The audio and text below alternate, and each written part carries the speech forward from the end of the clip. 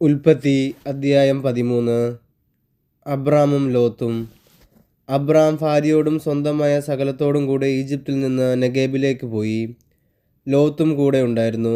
അബ്രാമിന് ധാരാളം കന്നുകാലികളും സ്വർണവും വെള്ളിയും ഉണ്ടായിരുന്നു. അവൻ നെഗേബിൽ നിന്ന് ബഥേൽ വരെയും ബഥേലിനും ആയിക്കുമിടയ്ക്ക് താൻ മുമ്പ് കൂടാരമടിച്ചതും ആദ്യമായി ബലിപീഠം പണിതതുമായ സ്ഥലം വരെയും യാത്ര ചെയ്തു. അവിടെ അബ്രാം കർത്താവിൻ്റെ നാമം വിളിച്ചപേക്ഷിച്ചു.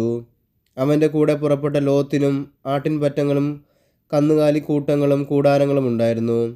അവർക്കൊന്നിച്ച് താമസിക്കാൻ ആ ദേശം മതിയായില്ല, കാരണം അവർക്ക് വളരെയേറെ സമ്പത്തുണ്ടായിരുന്നു. ഒന്നിച്ച് പാർക്കുക വയ്യാതായി. അബ്രാമിൻ്റെയും ലോത്തിൻ്റെയും കന്നുകാലികളെ മേയ്ക്കുന്നവർ തമ്മിൽ കലഹമുണ്ടായി.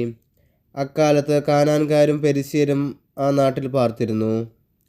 അബ്രാം ലോത്തിനോട് പറഞ്ഞു, നമ്മൾ തമ്മിലും നമ്മുടെ ഇടയന്മാർ തമ്മിലും കലഹമുണ്ടാകരുത്, കാരണം നമ്മൾ സഹോദരന്മാരാണ്. ഇതാ ദേശമെല്ലാം നിന്റെ കൺമുമ്പിലുണ്ടല്ലോ. എന്നെ പിരിഞ്ഞു പോകുക.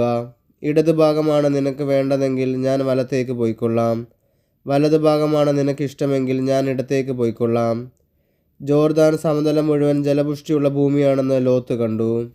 അത് കർത്താവിൻ്റെ തോട്ടം പോലെയും സോവാറിന് നേരെയുള്ള ഈജിപ്തിലെ മണ്ണ് പോലെയുമായിരുന്നു.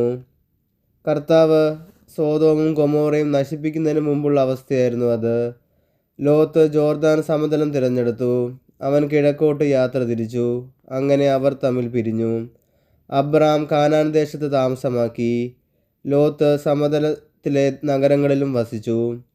അവൻ സോദോമിനടുത്ത് കൂടാരമടിച്ചു. സോദോമിലെ ആളുകൾ ദുഷ്ടന്മാരും കർത്താവിൻ്റെ മുമ്പിൽ മഹാപാപികളുമായിരുന്നു.